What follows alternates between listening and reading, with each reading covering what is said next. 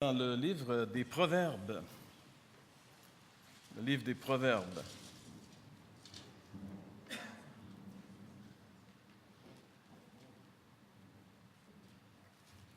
Chapitre 4.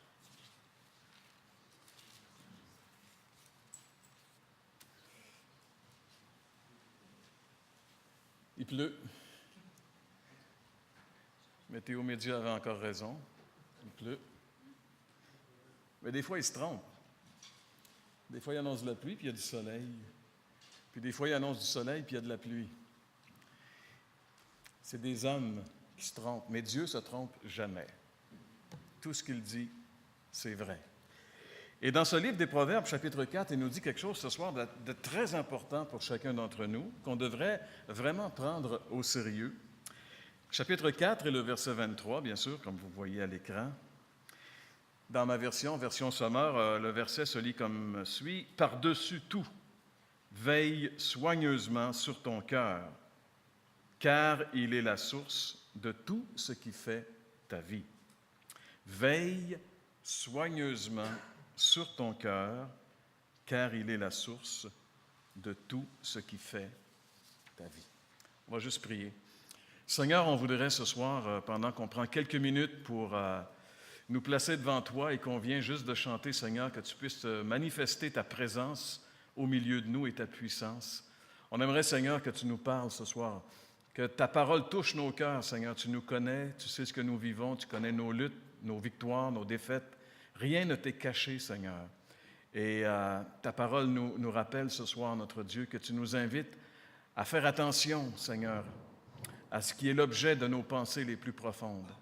Alors, Seigneur, nous prions que cet avertissement, cette exhortation que toi-même tu as placée dans ta parole, que nous puissions la prendre vraiment au sérieux, notre Dieu, et que ça puisse changer dans une certaine mesure notre façon d'être, notre façon de vivre, afin qu'on puisse t'honorer, Seigneur. Tu es vraiment digne que nos vies t'honorent. C'est pour ça, Seigneur, que tu nous as placés ici-bas sur la terre. C'est pour ça, Seigneur, que tu as envoyé ton Fils afin de nous renouveler pour nous faire entrer dans ton projet, Seigneur, du renouvellement de toutes choses. Et nous voulons, Seigneur, ce soir, saisir quel plan merveilleux tu as pour chacun d'entre nous si on veut simplement prendre le temps de t'écouter.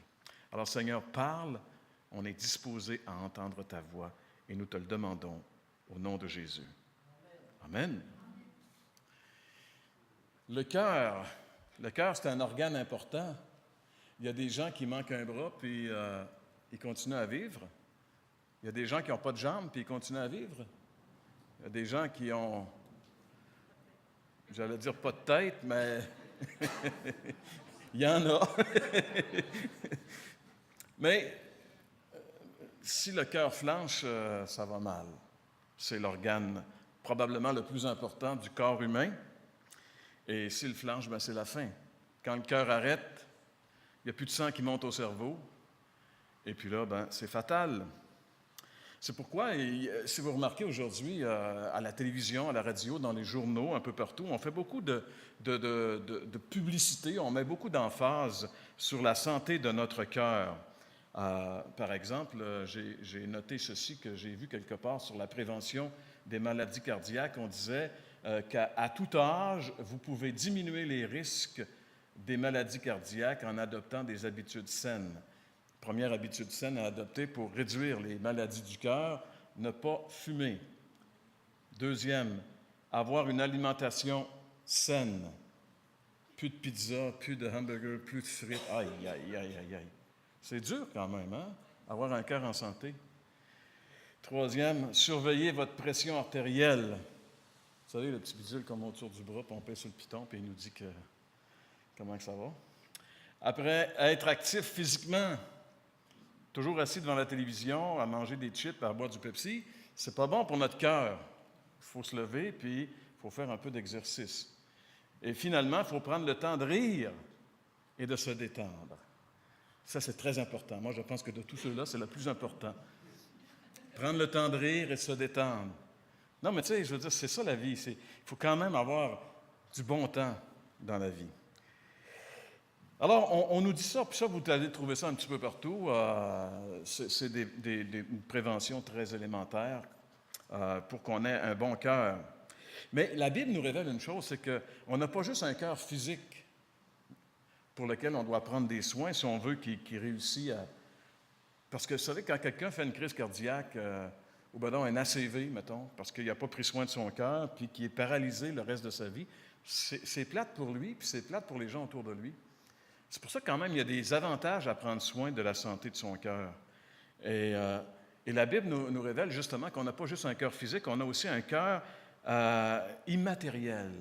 On a un cœur qui n'est pas visible à l'œil, mais qui existe. Et quand la Bible utilise le mot « cœur », elle utilise un mot qui a un sens un peu différent de nous quand on utilise le mot « cœur » en français. Le dictionnaire biblique Emmaüs dit « Le mot « cœur » désigne l'homme intérieur dans un sens large. La pensée hébraïque concevait l'homme comme un tout, avec la somme de ses attributs physiques, intellectuels et psychologiques. Elle plaçait le cœur au centre de contrôle de tout cela. Ainsi, les termes modernes de caractère, personnalité, volonté, pensée, émotion captent quelque chose de la signification profonde de cœur dans son utilisation vétérotestamentaire. Ça, c'est un gros mot qui veut dire dans l'Ancien Testament. Mais la Bible utilise très souvent le mot « cœur », fait allusion au cœur. Et dans le passage qu'on vient de lire, dans le verset qu'on vient de lire justement, la Bible nous dit « Veille sur ton cœur ». Prends garde à ton cœur, parce qu'il est la source de tout ce qui va arriver dans ta vie. Tout ce que tu vas faire, ça commence dans ton cœur. Toutes les actions que tu vas poser, toutes les paroles que tu vas dire, ça commence d'abord dans ton cœur. Tu as réfléchi, tu as pensé à ça, tu as nourri des affaires, et finalement, ça produit des actions. Une pensée enfante toujours une action. Tout ce qu'on fait, c'est d'abord conçu à l'intérieur de notre cœur, dans nos pensées. Et c'est finalement le monde de nos pensées qui va déterminer ce que nous allons faire. C'est pour ça que c'est important, nos pensées. C'est beaucoup plus important qu'on le pense. Et c'est là que se joue la vraie bataille dans nos vies. C'est beaucoup plus au niveau de nos pensées. Vous savez, les psychologues nous disent qu'il y a plus que 10 000 pensées qui traversent le cœur de l'être humain dans une seule journée. Dans une seule journée, il y a 10 000 pensées à peu près en moyenne qui traversent notre cœur. Des choses qui viennent à nous, qu'on peut rejeter, qu'on peut garder. En fait, on a toujours le choix d'accepter ce qui vient à nous pour les laisser entrer ou pour les faire sortir. C'est nous qui décidons finalement. Mais encore là, c'est un exercice incroyable. C'est pas facile de garder notre cœur physique en santé, mais c'est encore plus difficile de garder notre cœur spirituel en santé. Ça veut dire que dans une année, il y a 3 500 000 pensées qui traversent notre cœur. Ça en fait des choses. Et aujourd'hui, dans le monde dans lequel on est, où on est bombardé par toutes sortes d'images, si on a l'Internet, si on a la télévision, si on se met devant les médias, ces pensées sont multipliées, décuplées, ça passe à travers nous. Il peut y avoir des images qui nous marquent. Juste une image peut engendrer une chute pour un chrétien. C'est incroyable. Et le monde de nos pensées, c'est un monde qui est vraiment très actif. Et tout ça passe dans notre cœur. C'est pour ça que la Bible nous dit, par-dessus tout, veille soigneusement sur ton cœur.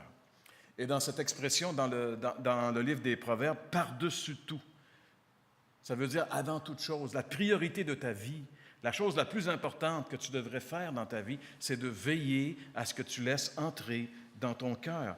Veille, c'est un verbe hébreu qui signifie préserver quelque chose, être le gardien. Ce que Dieu nous demande finalement dans ce passage, c'est que nous soyons le gardien de notre cœur, le portier de notre cœur.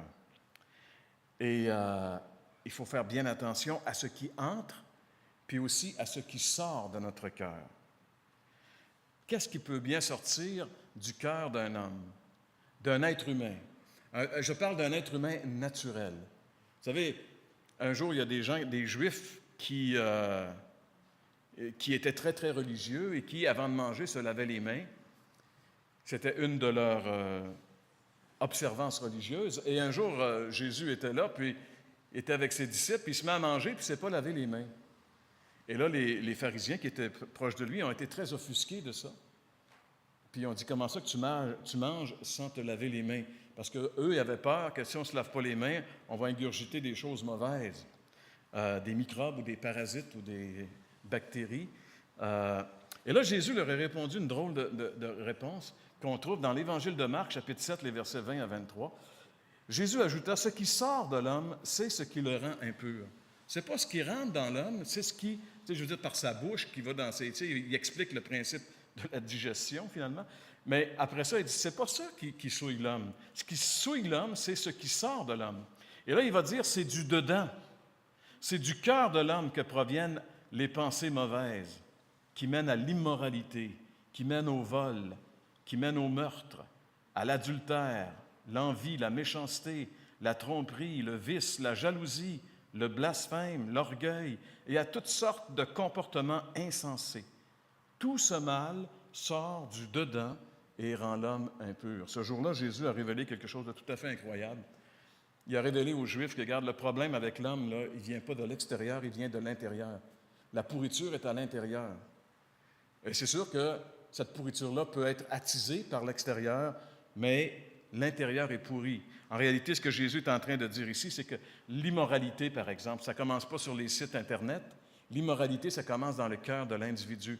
Même s'il n'y avait pas d'Internet, même s'il n'y avait pas de revues pornographiques, il y aurait des problèmes avec la pornographie pareil, parce que le cœur de l'homme est pourri. C'est là que ça commence.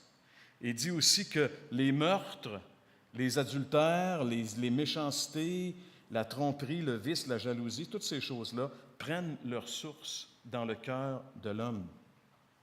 Ce n'est pas en faisant son rapport d'impôt que nous vient l'idée de frauder. C'est bien avant, c'est dans le cœur de l'homme. La Bible, quand elle parle du cœur de l'individu, la Bible n'est pas très, très élogieuse. Par exemple, dans l'Ancien Testament, il y a un verset dans le livre de Jérémie qui nous dit que, là, on parle du cœur naturel de l'homme. Il dit, « Le cœur est tortueux plus que toute autre chose, il est incurable. Qui pourrait le connaître? » Jérémie pose une question, qui peut connaître le cœur de l'homme? Qui peut connaître ce qui se passe à l'intérieur d'un individu? Un individu, c'est un mystère. Qui peut connaître vraiment ce qu'il y a à l'intérieur? Tu peux être surpris, on est surpris des fois avec les gens de qui on ne pensait jamais qu'elle allait faire telle chose, puis bang, il arrive des choses comme ça, puis on est surpris des fois. Mais la Bible dit, garde, le cœur de l'homme, il est tortueux. C'est un abîme, c'est quelque chose de terrible et il est incurable. Il n'y a pas de cure pour ça, il n'y a pas de remède pour changer le cœur de l'homme. Et la Bible nous dit justement, j'ai une petite illustration ici qui révèle le cœur de l'homme normal, de l'homme naturel. Dans le cœur de l'homme, comme Jésus l'a dit, il y a des mauvaises pensées, il y a de l'orgueil, de la jalousie, de la colère, du regard envieux, de l'adultère, des débauches, des cupidités, des fraudes, des blasphèmes, des meurtres, tout ça est là. Tout ça est là, latent dans le cœur de tout individu. Et ça, c'est assez terrible ce que la Bible dit. Quand la Bible fait d'abord le constat que l'être humain a un cœur complètement pourri. Mais ce qui est merveilleux, si la Bible arrêtait là, puis elle nous disait, bon, c'est comme ça, puis merci, bonsoir, ça serait tragique. Mais le Seigneur, dans sa parole, il nous propose une solution. Quand quelqu'un a un cœur complètement fini, ça arrive ça des fois, les gens, le cœur, regarde, il y a eu 33 plontages, il n'y a plus rien à faire, ça fait qu'ils vont dire aux clients, bien écoute, il faut procéder maintenant à l'ultime effort, c'est la transplantation. On va changer ton cœur. On va enlever ce vieux cœur-là, puis on va t'en mettre un neuf. C'est ça qu'on peut faire, parce qu'avec le vieux cœur, regarde, on a tout essayé, puis il n'y a plus rien à faire, c'est bloqué de partout. La pompe est finie, il faut changer. Et ça existe, mais heureusement, depuis les quarantaines d'années, maintenant, on peut faire des transplantations de cœurs, on change les cœurs. Mais ce qui est merveilleux dans la Bible, dans l'Ancien Testament, Jésus ou Dieu avait déjà envisagé la transplantation cardiaque. Dans le livre d'Ézéchiel, il dit, « Je leur donnerai un cœur qui me sera entièrement dévoué, et je mettrai en eux un esprit nouveau. J'ôterai de leur être leur cœur dur comme la pierre, et je leur donnerai un cœur de chair, afin qu'ils vivent selon mes ordonnances, qu'ils obéissent à mes lois et les appliquent. Ils seront mon peuple, je serai leur Dieu. » Les gens qui habitent dans le peuple de Dieu, Dieu envisageait, à travers la prophétie d'Ézéchiel, Dieu parlait d'une alliance nouvelle qui allait venir. Il parlait de quelque chose de merveilleux qui était à venir, qui n'était pas encore arrivé. C'est au futur. Je leur donnerai un cœur qui me sera entièrement dévoué. J'ôterai de leur être leur cœur dur comme de la pierre, leur cœur pourri. En réalité, ce qu'il est en train de décrire ici, Dieu, c'est une transplantation cardiaque, mais c'est une transplantation non pas du cœur physique, mais de notre cœur immatériel, de notre cœur spirituel, de ce que nous sommes au plus profond de nous-mêmes. Dieu est prêt à intervenir et à changer ces choses-là. Si notre cœur est pourri, c'est parce qu'on a hérité d'une nature déchue. Le premier homme qui est venu sur la terre, Adam, a péché, et en péchant, il est mort, et il n'a pu engendrer qu'une race d'individus qui sont spirituellement morts, qui sont déchus. Mais Dieu avait un projet, un plan merveilleux de renouveler les individus. Et dans le livre d'Ézéchiel, encore une fois, au chapitre 36, versets 26-27, il dit « Je vous donnerai un cœur nouveau et je mettrai en vous un esprit nouveau. J'enlèverai de votre être votre cœur dur comme la pierre et je vous donnerai un cœur de chair. Je mettrai en vous mon propre esprit et je ferai de vous des gens qui vivent selon mes lois et qui obéissent à mes commandements pour les appliquer. » Dans l'Ancienne Alliance, les commandements de Dieu, ils étaient où dans l'Ancienne Alliance? Si vous vous rappelez? Quand Dieu a donné à Moïse la loi, il les avait mis sur des tables de pierre. Il avait écrit la loi sur des tables de pierre qui étaient extérieures à l'homme. Et l'homme essayait d'obéir à ces commandements qui étaient sur les tables de pierre, n'était jamais capable, parce que son cœur pourri l'empêchait d'obéir à ça. Mais maintenant, il dit, je vais faire quelque chose d'extraordinaire. Mes lois ne seront plus sur des tables de pierre, mes lois vont être inscrites dans votre cœur. Le cœur nouveau que je vais vous donner, c'est un cœur qui va être incliné vers moi, un cœur qui va désirer le bien, un cœur qui va être complètement selon Dieu. Et c'est pour ça qu'il dit, je vous donnerai un cœur nouveau. Et cette transplantation de cœur dans le Nouveau Testament, la Bible l'appelle la nouvelle naissance. Il faut qu'on naisse de nouveau. Il faut que l'Esprit de Dieu vienne habiter en nous. C'est pourquoi au verset 27, il dit « Je mettrai en vous mon propre esprit ». Être chrétien, c'est être né de nouveau. Et être né de nouveau, c'est avoir reçu l'Esprit de Dieu en nous. Et l'Esprit de Dieu en nous vient nous renouveler, nous transformer, nous changer. Commence un changement qui va aller toujours en grandissant. Et c'est un combat entre la chair et l'esprit, bien sûr. Ce n'est pas tout terminé lorsque l'Esprit vient habiter en nous. On ne peut pas se reposer et dire, voilà, tout est fait. Oui, tout est fait, mais il y a le combat parce que ma vieille nature est toujours là. Ma vieille nature, elle aime toujours le mal. Elle est toujours en train de... Ma vieille nature m'attire par en bas, comme l'attraction, puis ma nouvelle nature m'attire par en haut. Et c'est pour ça qu'il y a une tension chez le chrétien. Il y a continuellement une tension, mais la Bible nous dit dans le livre des Galates que si on laisse le Saint-Esprit vivre dans notre vie, nous allons avoir la victoire sur la chair. Et ça, ce miracle de l'Esprit, ce nouveau cœur, vient lorsqu'on reçoit le Saint-Esprit. Si quelqu'un n'est pas né de nouveau, si quelqu'un n'a jamais reçu le Christ comme son sauveur, l'Esprit de Dieu n'est pas en lui. C'est sûr qu'au départ, il ne pourra pas être à la hauteur des standards de Dieu. Mais le Seigneur est prêt à donner son esprit à quiconque le lui demande. C'est ça qui est merveilleux avec Dieu. Dès qu'on reconnaît qu'on est pécheur, dès qu'on reconnaît qu'on a des problèmes avec notre cœur naturel et qu'on veut changer, si on se tourne vers lui et on lui demande sincèrement, le Seigneur va nous ouvrir les yeux sur la croix du Calvaire. Là où le Seigneur Jésus-Christ a pris notre cœur mauvais et a payé à notre place ce que ce cœur a accumulé de dettes devant Dieu. Et si on le croit, c'est le cœur de Christ qui va nous donner. Et lui prend notre cœur mauvais et puis nous donne son cœur merveilleux. Et c'est ça qui se produit, c'est ça la transformation. C'est ça le miracle de la transplantation cardiaque que Dieu fait. Et une fois que notre cœur est purifié par le sang de l'agneau, une fois que le Saint-Esprit est venu en nous, maintenant, il faut quand même faire attention à notre cœur. Il ne faut pas laisser entrer encore les mêmes choses qu'on laissait entrer avant. Quand on est chrétien, dans notre vie, il s'est passé un événement qui fait qu'on n'est plus la même personne. Dans la deuxième lettre de Paul aux Corinthiens, chapitre 5, verset 17, il est dit « Si quelqu'un est en Christ, en Jésus-Christ, il est une nouvelle création. Les choses anciennes sont passées. Voici maintenant, toutes choses sont devenues nouvelles. » Être chrétien, c'est avoir expérimenté le plus grand de tous les miracles, le miracle de la nouvelle naissance, qui fait de nous un homme, une femme, un homme nouveau, une femme nouvelle, qui a maintenant la nature de Dieu en lui et qui peut produire le fruit de l'Esprit, qui peut vraiment maintenant honorer Dieu. On ne pourra jamais être ce pourquoi Dieu nous a mis sur la terre, tant et aussi longtemps qu'on n'aura pas reçu l'Esprit de Dieu en nous pour vivre comme Dieu veut qu'on vive.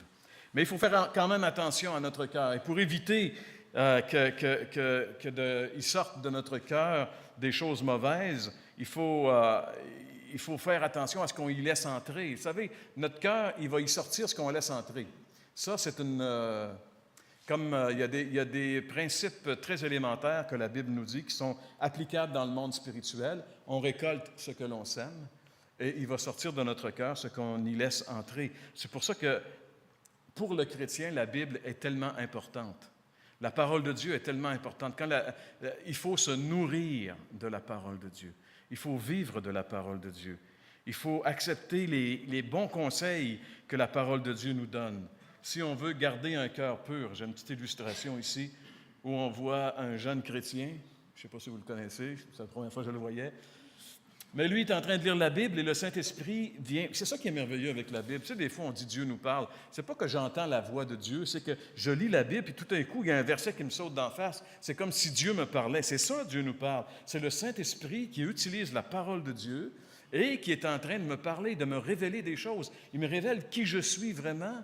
Et puis, il est en train de changer mon cœur. Et là, il me révèle la vérité. Et ces vérités, je dois les laisser entrer dans mon cœur. Ça, je dois laisser entrer ça. Je dois me remplir de la parole de Dieu.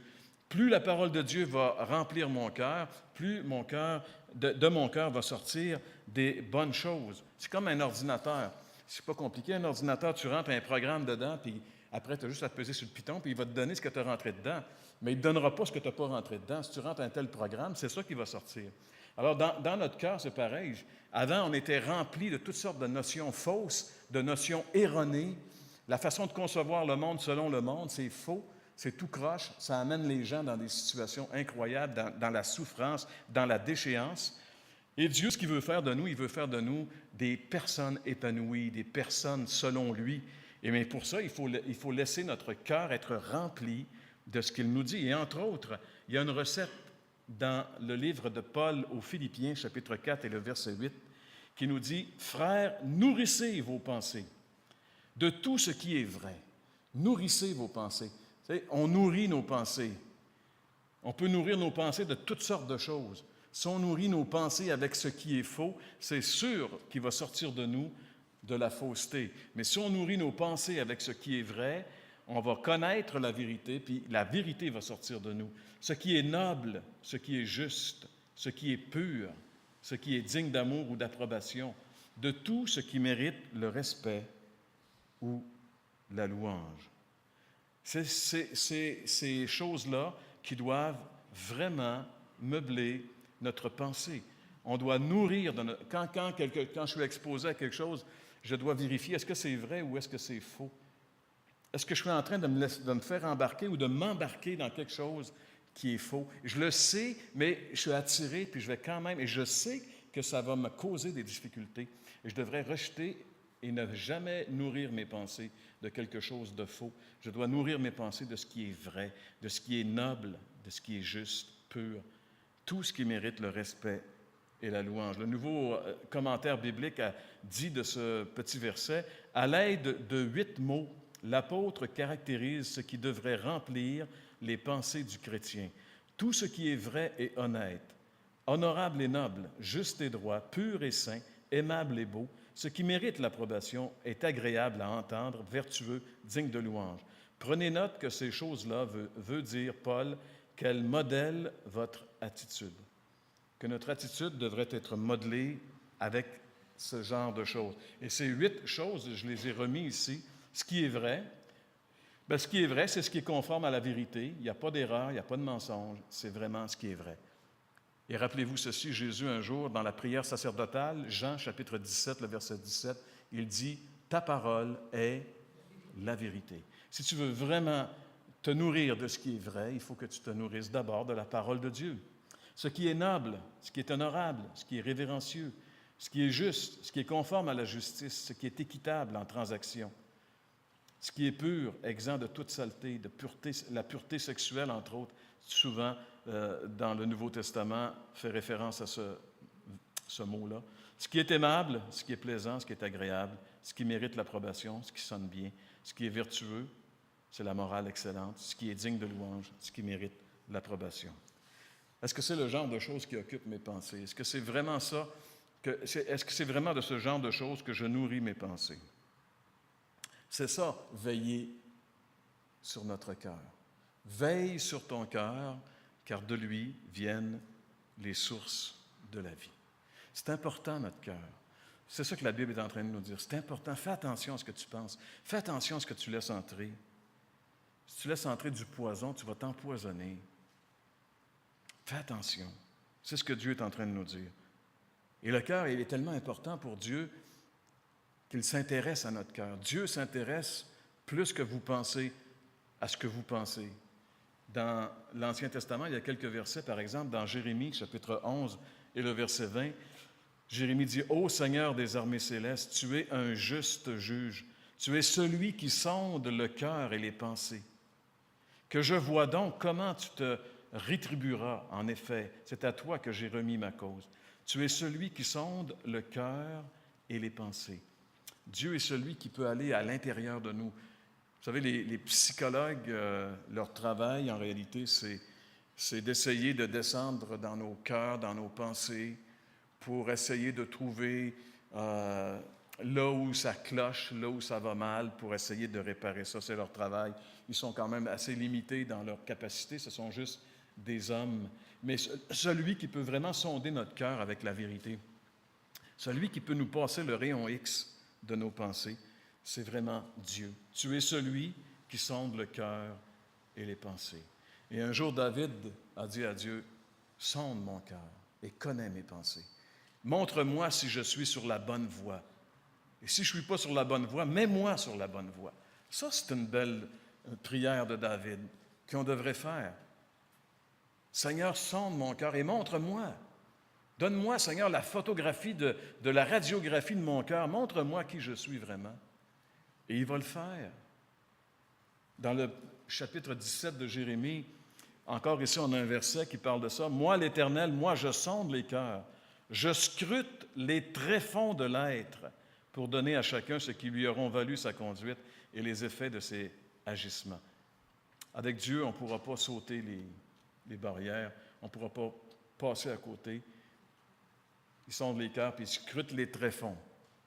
Il scrute ce qu'il y a de plus profond. Et finalement, dans le 1er Samuel, rappelez-vous quand à un moment donné, le roi Saül est mort, il faut maintenant trouver un autre roi qui va remplacer Saül.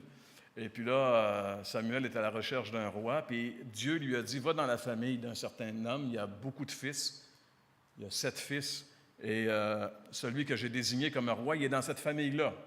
Alors mon Samuel arrive avec sa corne d'huile à onction de roi, et toute son attirail. Il arrive dans cette maison, il cogne à la porte, puis il dit « T'as des gars, toi, il paraît? Ben, j'aimerais ça les rencontrer. » Puis là, le père de David, Jesse ou Élie, je ne sais pas trop, Jesse. Alors, il commence à lui présenter, puis là, il y a un roi. Alors, il présente son aîné, le plus grand, le plus fort, un homme extraordinaire. Il dit « Voici. » Alors, il était certain que Dieu allait le choisir. Hey, un gars comme ça, Colosse, tu sais. Samuel dit non, c'est pas lui. Alors, il en prend un autre, il prend le deuxième, il présente encore un autre affaire de colosse puis d'homme, tu sais. Il le regarde et dit non, pas lui. Fait que là, il en présente un autre, lui il est un petit peu plus maigre, un petit peu moins costaud, un petit peu moins frisé. Il dit, lui, il n'a pas bien de chance au départ, tu sais. Il dit non, pas lui. Fait que finalement, il passe toute la gang. Fait que là, il dit, t'en as-tu un autre? Oui, j'en ai un autre. J'ai dit, c'est le petit, il est au champ, lui, c'est le plus jeune. C'est un petit gars, un petit blond frisé, il n'y a rien à faire avec ça, tu sais. Il dit, amène-les donc. Et puis c'est lui que Dieu avait décidé. Pourquoi? Parce que ce n'était pas à cause de ses muscles, ce n'était pas à cause de son intelligence, c'était à cause de son cœur. Oh! Et c'est là que dans 1 Samuel 16:7, et c'est là qu'il dit, « Mais l'Éternel lui dit, ne te laisse pas impressionner par son apparence physique et sa taille imposante, car ce n'est pas lui que j'ai choisi. Je ne juge pas de la même manière que les hommes. L'homme ne voit que ce qui frappe les yeux, mais l'Éternel regarde au cœur. » L'homme voit ce qui frappe les yeux. On est impressionné parfois de voir les choses, mais Dieu, ce n'est pas ce qu'il regarde. Dieu, il regarde au cœur. C'est ça qui est important pour lui. Il garde ton cœur. Ton apparence, pour lui, c'est secondaire. Aujourd'hui, même dans le milieu évangélique, souvent, on met beaucoup d'importance sur l'apparence, le paraître. Mais Dieu garde l'apparence et le paraître, pour lui, ce n'est pas important. C'est le cœur, la réalité. Qu'est-ce que tu es vraiment? C'est pour ça que c'est important, notre cœur. Tu sais, on a beau se maquiller, on a beau faire essayer de se montrer, tu sais, « Hey, Dieu, as-tu vu comment je suis spirituel? » Dieu dit, « Regarde, je vois ton cœur, arrête de faire le singe, là, je vois ton cœur. » Dieu, il voit l'essentiel, il nous voit. C'est pour ça qu'il nous dit dans la Bible, « Attention, veille sur ton cœur, attention. » Toute notre vie se joue au niveau de nos pensées. Veille sur ton cœur. Le combat le plus grand qu'on a à livrer en tant que chrétien, c'est le combat de nos pensées. C'est là que ça se joue. On devrait veiller sérieusement sur notre cœur parce que toute notre vie en dépend. Est-ce que vous êtes d'accord avec moi ce soir? On va prier. Seigneur, on veut te remercier pour ta parole. Seigneur, tu es le seul qui peut changer nos cœurs, qui peut purifier nos pensées. Et c'est vers toi qu'on se tourne ce soir. On ne veut pas se tourner, Seigneur, vers les hommes, mais on veut vraiment se tourner vers toi et te faire confiance. Car, Seigneur, tu as dit que tu es celui qui change les cœurs. Ton projet, Seigneur, c'est de changer les cœurs, d'enlever le cœur de chair, le cœur pourri que nous avons par nature, et d'y mettre un cœur selon toi. Seigneur, tu as trouvé en David un homme qui avait un cœur selon toi. Que tu trouves ici ce soir, chez chacun de nous, Seigneur, des hommes et des femmes qui ont un cœur selon toi, un cœur purifié par le sang de l'agneau et disposé à laisser entrer que les choses qui viennent de toi. Seigneur, aide-nous, car ta parole nous donne, Seigneur, une exhortation ce soir. Ta parole nous rappelle que nous avons une responsabilité personnelle. C'est nous qui devons le faire. Veille sur ton cœur plus que toute autre chose. Seigneur, on veut humblement devant toi te dire que c'est une tâche qui nous dépasse. Et on veut te demander de nous aider à veiller sur notre cœur, de nous rappeler continuellement, Seigneur, cette vérité importante, afin qu'on puisse, Seigneur, dans cette vie, faire la différence, afin qu'on puisse être les personnes que tu as placées là où tu nous as placés pour faire la différence, pour amener, Seigneur, la bonne odeur de Christ, pour amener, Seigneur, l'espoir auprès de ces gens qui sont complètement désabusés dans cette vie, Seigneur. Qu'on puisse, Seigneur, non seulement avec nos bouches et nos paroles parler de toi, mais que nos vies, Seigneur, que toutes nos pensées, nos actions puissent vraiment refléter ta gloire. Seigneur, c'est notre désir, car tu nous as laissés sur la terre afin qu'on puisse être tes témoins jusqu'à ce que tu viennes. Alors, Seigneur, tu nous as révélé ce soir que le secret, Seigneur, de cette vie qui va faire la différence se trouve au niveau de notre cœur et de nos pensées. Donne-nous, Seigneur, de prendre au sérieux ce que ta parole nous dit. Et donne-nous par ta grâce, Seigneur, d'avoir la victoire sur nos pensées. On te le demande au nom de Jésus. Amen.